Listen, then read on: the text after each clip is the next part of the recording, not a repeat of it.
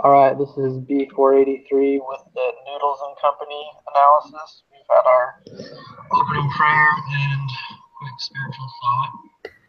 So we'll go ahead and just get into it. First question is what made Noodles and Company an attractive opportunity for Aaron Kennedy in 1995? Austin, would you like to go first? Yeah, for sure. So basically, for Aaron, he it was a couple things that got him into it. He saw the need. He recognized that there's those people with double incomes that they want to have a place where they can get good healthy food, but not sit down restaurant. Saw that youth coming up also wanted quality food pretty fast as well. I think he also saw that there's that part in there that it would cost, $20 to get the same food at a restaurant that you could buy for $10 with groceries. But he recognized that they could do it for significantly lower cost, and it would make economic sense for people to go to a restaurant like that. Yeah, I agree with that reasoning. I think that especially with the fast casual segment, no one had really gone into that really. It was either fast food or it was an expensive restaurant. And like you said, now that the cost has gone down a little bit with increased operational efficiency, he's able to see, okay, now we can go into a new segment where it's fast, just like fast food, but the quality is much higher. And the price is a lot lower than the typical high quality restaurants. And I think another thing that kind of helped him recognize this idea was obviously that experience he had in the cafe in New York. But I think the interesting thing about it was he noticed that noodles themselves was something you could build an entire company based off of. That it was something that so many people were familiar with, that so many people used, that you could appeal to so many different types of people, different demographics, different ethnicities. But you could have your business model structured around one thing, and I think that really just shows um, Kennedy's ability to recognize a need and then fill it with his ideas. What do you think, Herb? Well, the fast casual segment has been around for a while now. So it's not that Noodle Company invented that concept. I want to say Chipotle was like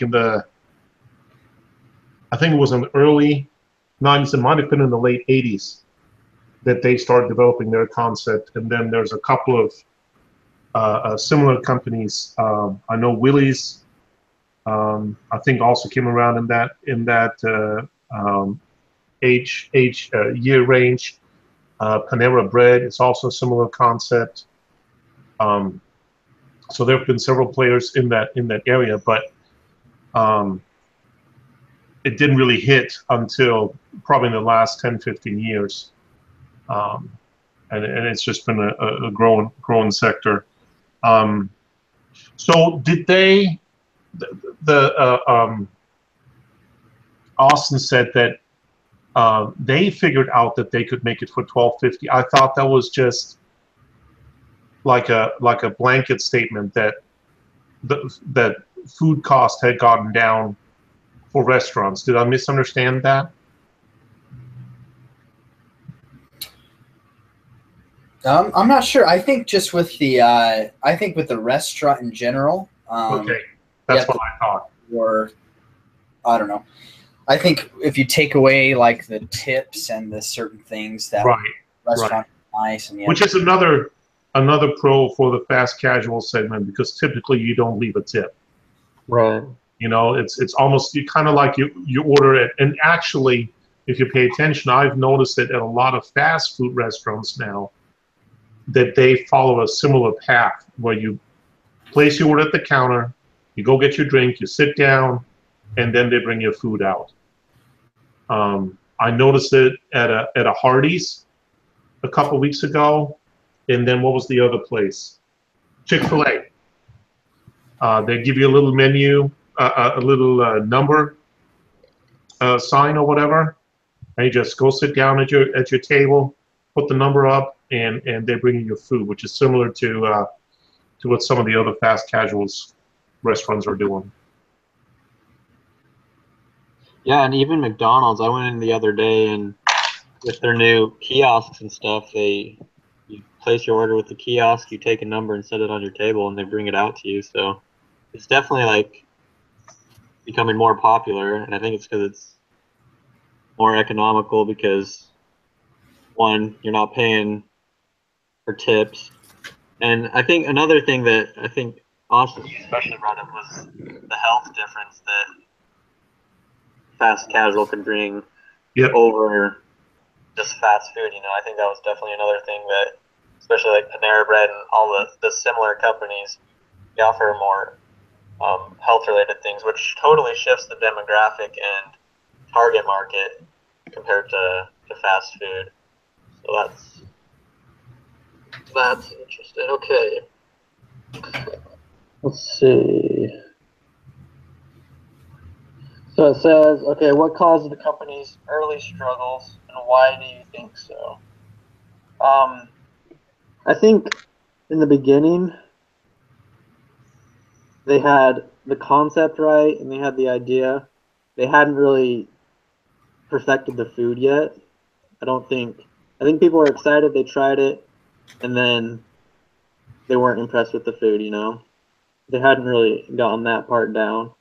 And then the other thing that I noticed was that they corrected, at least, was their operational efficiency in the entire setup of their restaurants. I know that once they started building their restaurants, instead of just using buildings that were already existing, they were able to structure the layout so it was more appealing to the customers. And also they were able to structure the kitchen and the way they produced the food so that it was cooked, so it seemed fresher, then the food came out better. So I think really their biggest issues were operational efficiencies and the quality of their food, which were things that they were able to overcome and fix and then become successful.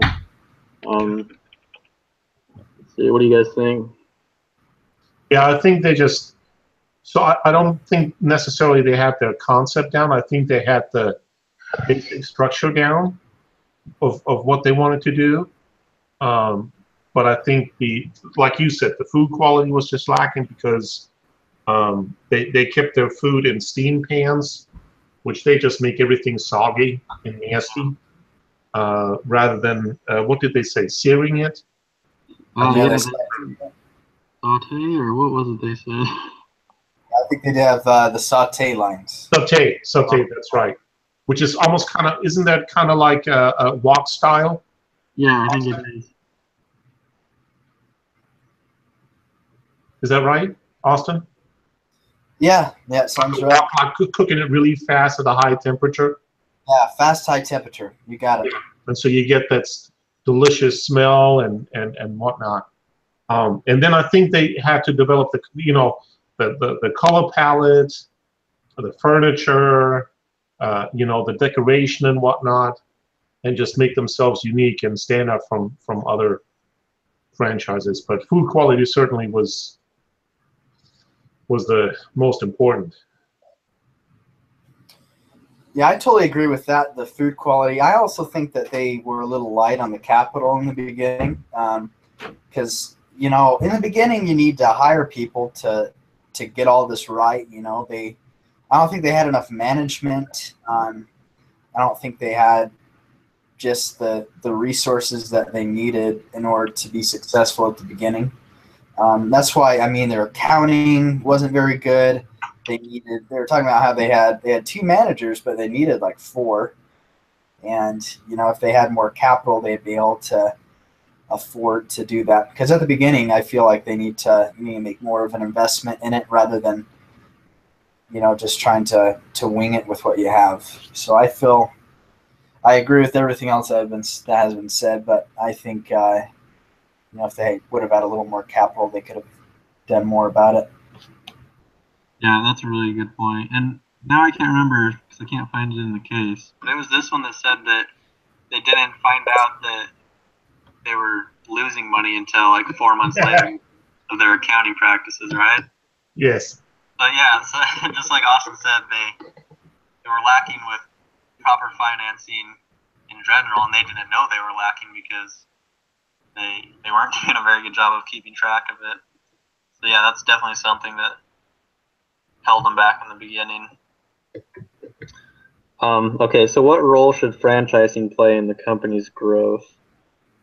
Who wants to start with that one? How about you go, Herb? What was the question again? Let's see. It's what role should franchising play? So I'm kind of torn. I think the typical franchise system only allows people who have a lot of money to invest, and then they see it almost more like a business opportunity rather than something that their heart and their passion is into. I really like the Chick-fil-A model. I'm not sure if you guys are familiar with it, but they could go. So you can apply for a franchise, and it only costs $5,000. But then you go through a very lengthy interview and application process. And actually, if Chick-fil-A really likes you as a person and your character, they're even willing to loan you that $5,000. And then all the, I can't remember what they're called. They're actually not called franchisees. They're called owner-operators. They're called owner-operators. And actually, Chick-fil-A corporate will develop the restaurant, and then I want to say you have to pay them. I think you have to pay them a basic rent and 50% of all sales, something along those lines. But still, some of these owner operators they make north of $250,000.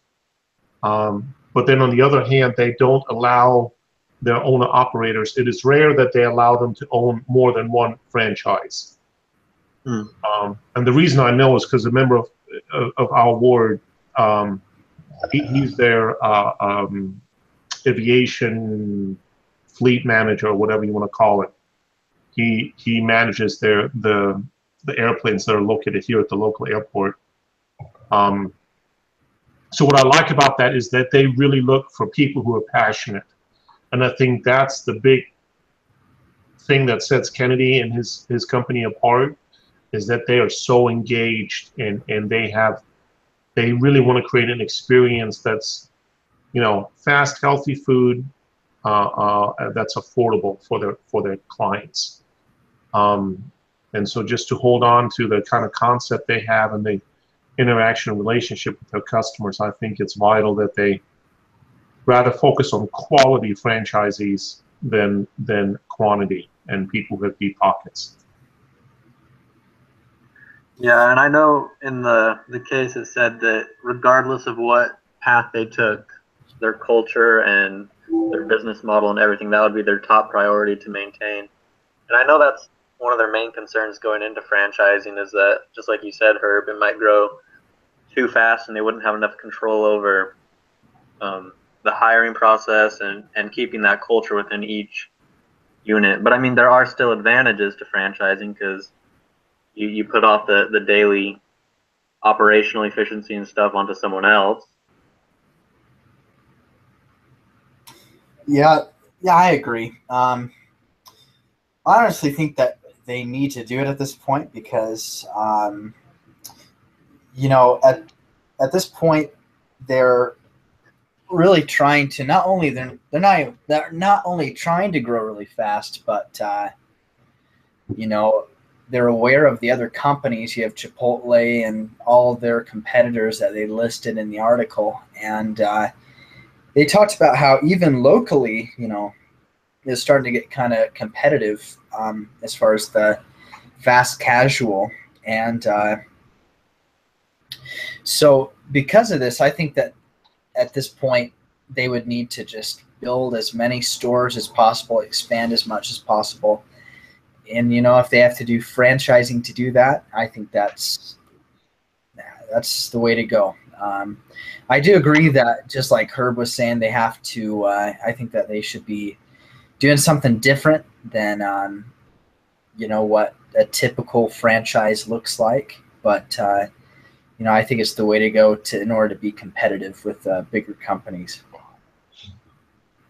Yeah, in my pre-discussion poll, I chose that franchising was still the best option, because I think, just like Herb illustrated with Chick-fil-A, you can franchise and cause a lot of growth and the spread of your product and your company. But if it's done correctly, you can still maintain a fair amount of control over it, and you can be kind of different with your approach to franchising, which I think Chick-fil-A illustrated really well, because typically you do a McDonald's franchise, it's not that hard to get one. I'm sure there's things and qualifications you go through, but they're not nearly as structured on culture as Noodles and Company. And I think as long as they take an approach where they can maintain a fair amount of control over the brand and culture and who is really the purchaser of the franchises, then it can become successful for them. Okay, what are the specific advantages and disadvantages of the franchising model for Noodles, including financial, economic, and organizational consequences? We've addressed a few of these, but what do you guys think about financial?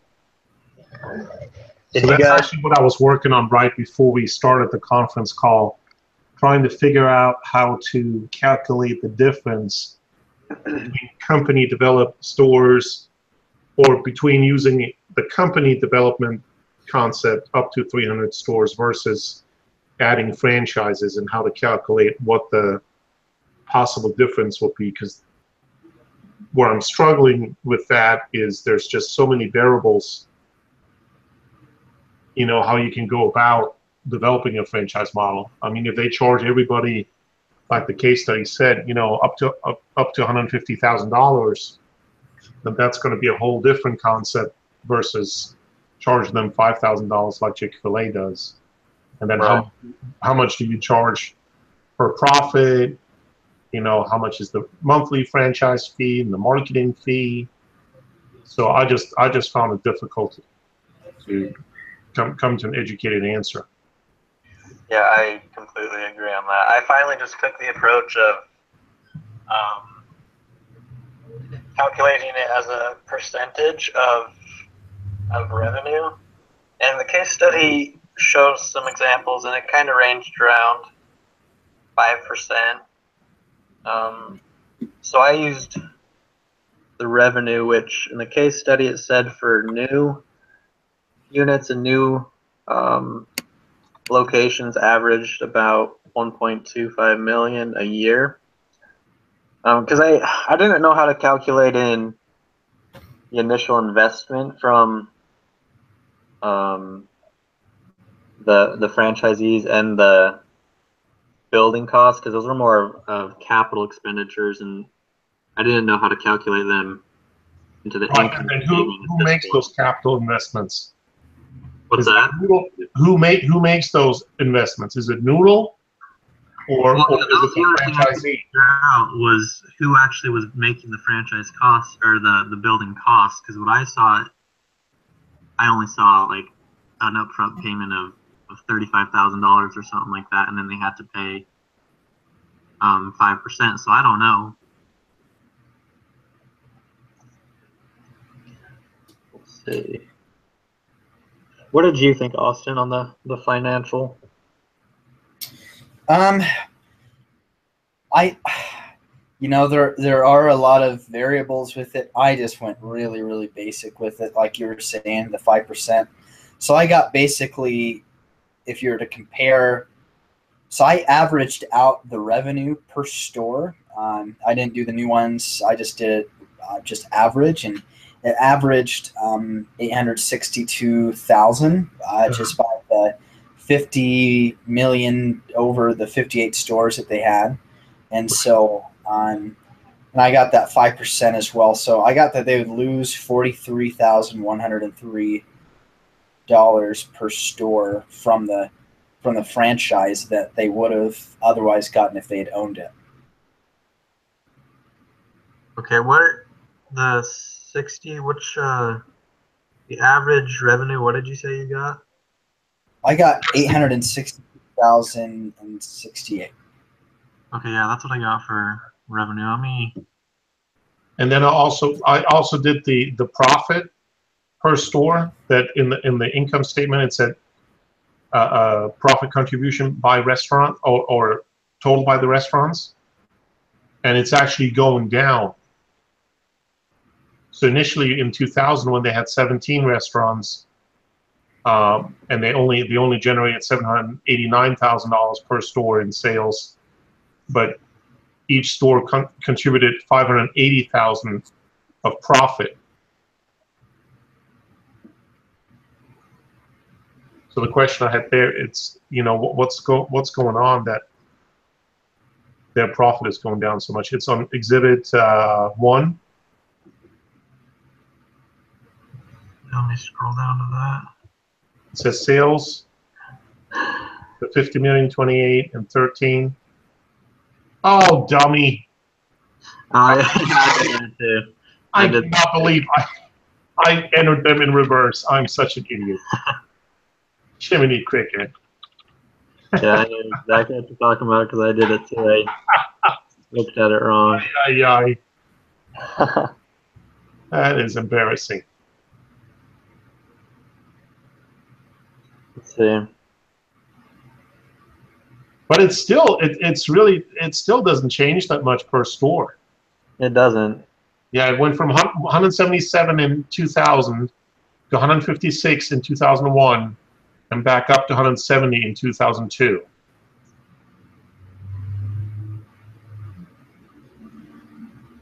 So I guess you could take that as a pretty steady profit margin.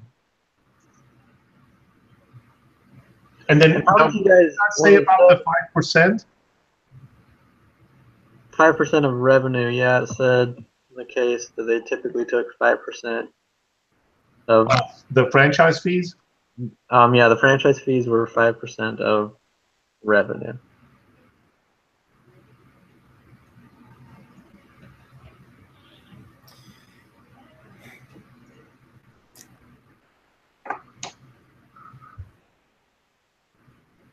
Yeah, so I got for at least the revenue, not the profit.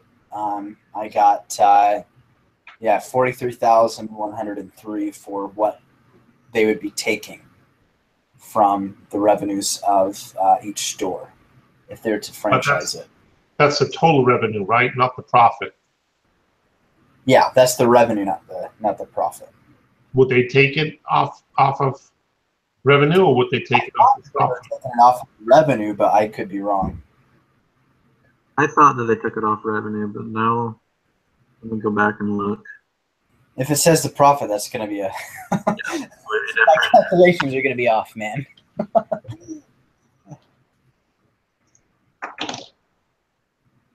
That's something that's on the second reading of the note on franchising.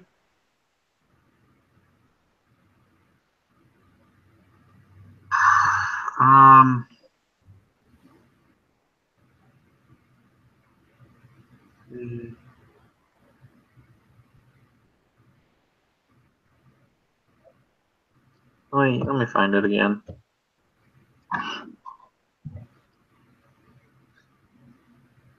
See, the other question I had in my mind, do we need to calculate the sales growth as they move from 17 to 36 to 58 to 300 in 2006? The way I looked at it was, as we're trying to determine profitability, I kind of looked at it once they had reached their positive cash flows. So I didn't look at the growth. I kind of looked at where they were, and if once they got to that, when they became profitable, what the profit would be. That's how I looked at it, but that might not be the right way of looking at it.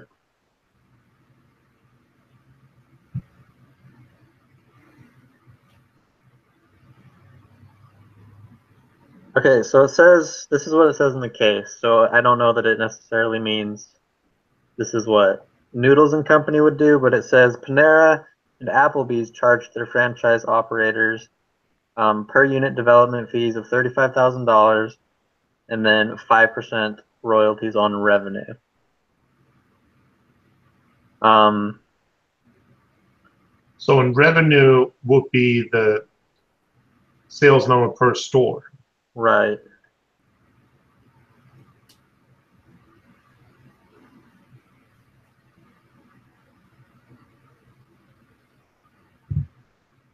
I must have done my calculations different than you, Austin, because I got that they made more money when they franchised, but you said that they got less, right? Oh, no. I was just saying that I was just saying what the franchise would take out of the revenues. Oh, okay. Okay. All right. So you still got that they made more under franchising overall? You know, I don't have the greatest confidence in my calculations on that. I don't either. That's why I'll leave that to your discretion. If you say, I mean, you're correct when you're saying that 5% of 862 is 43,000, right? And so if we use that Exhibit 1, the profit per store, the profit, not the revenue, the profit, being in 2002, 9.8 million divided by 58 will be 170,000 per store. Now, if I understand it correctly, that's the money that Noodles and Company takes home. I mean, takes back to the corporate office, right? Right. Yeah, so it will be 3 times as much money. More than 3 times.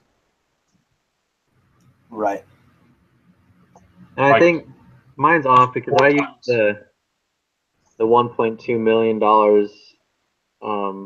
and I didn't average it. Because it said that they averaged $1.2 million for new stores, so then I assumed that each of the new franchise locations would get 1.25 million per year, and then I did my 5% off of that. And then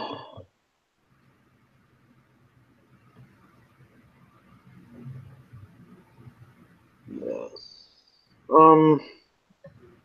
yeah, I'm not confident in my numbers now that I've talked to you guys. I want to go through them again and change a few things. That Well, always I mean, it just depends on what starting numbers you use. And then in the notes on franchising, I just quickly scroll through it again. In the first paragraph, it actually says that the average royalty rate is 7%. Okay. So I guess it's not so much a numbers game, really. Then it's more how much does Noodles and Company want to take on? Yeah, because I don't think that they can. They talk about maintaining that control, but I almost think they might have more control if they focus solely on controlling the franchises instead of individually opening each one of those 300 stores, you know? Then they could focus more on saying, okay, now we have a VP that's just over controlling franchises. Yeah. Yeah, I agree with that. I think, and if I'm not mistaken, I think McDonald's makes most of its money off of franchises. As far as, you know, they'll franchise it out, and because they have to purchase the products from McDonald's corporate, I think that's where McDonald's corporate makes most of its money, but I could be wrong. So I don't know. I think with Noodles and Company, if they might just be shifting gears as well with that. So I know that a lot of the food, just like McDonald's, Noodles and Company manufactures beforehand, and then they just kind of heat it up real quick there, saute it. So I don't know. They could also be thinking that way, in far as they give more control to those franchisees. But I also agree with Landon that if they can hand pick all those franchisees, then they might have a lot of control over those stores. Just tell me that was a Coke product, not a Pepsi product. So are you saying, Austin, that Noodles and Company, they have their own distribution network, so all the stores get delivered by corporate trucks, not by food service providers? I could be wrong, but I believe that's what it is. At least, but I worked there in, I think, 2012. So I don't know at this point in 2003. Right. But at that time, the product came on a Noodles truck? I believe so. Yeah, I believe, because they started to make all of their own stuff, as far as the noodles and the sauces, and then the soups as well.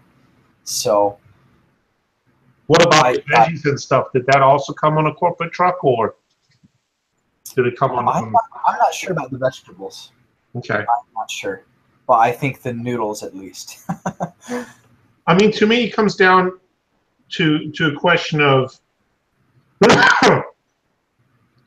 does Noodles want to just grow, right, and kind of just penetrate the market as quickly as possible and create a major foothold, so then in the future they can develop it into a global brand? Or are they more in the long-term game and want to deliver consistent quality and consistent experience for their customers, and then through that create the loyalty similar to what Chick-fil-A customers have for the company, and then use that to develop some kind of long-term growth that pushes them into the global market? Honestly, I don't think they know either. I don't think from what I read from the case, it sounded like they were making arguments for both sides, Right. They saw merits in both. So I think, I don't know, I kind of feel like they're very stuck on the culture. I know that they definitely want to keep that, but they definitely want to reach that 300 store number by 2006. And that's how I read it too. And that's why I would say they should take it slow. They should have a very defined, very explicit franchise model, and spend most of their time and effort in selecting their franchisees. Yeah, and I agree with that. I think that if they go about it in the right way, they can achieve both factors. They can grow rapidly, or at least fairly rapidly, but maintain control and an amount of let's see, what's the word you said? Loyalty. Yeah, loyalty to the Noodles company. So yeah, I think that's really the basis of what they're trying to accomplish, and I think going forward, that's what they're going to focus on, is how they can franchise while maintaining a high amount of control. Yeah. Well, I think that's all the questions. Do you guys have any other comments or questions or anything before we? I just have a comment. I think that this kind of just not necessarily off topic, but not necessarily with the franchise aspect. I think that they're pretty smart to get funding privately, because shortly after I left, they did an IPO, and IPO didn't go too well. So I think that I think it's kind of different from the cases that we're used to, because there weren't any VCs or anything involved like that. So I thought that was a good on their part, you know. Yeah, that is smart. Or did they ever pursue the franchise model? You know, I couldn't tell you. I looked couldn't tell you. online, and if you go to Noodles and Company's website, they have a section for franchises and how to become a franchisee. So I'm assuming based off that they did. But I couldn't find a number of exactly how many franchise locations they had compared to just corporate run locations. But I think they did finally adapt it, and I don't know when they did or how far they went.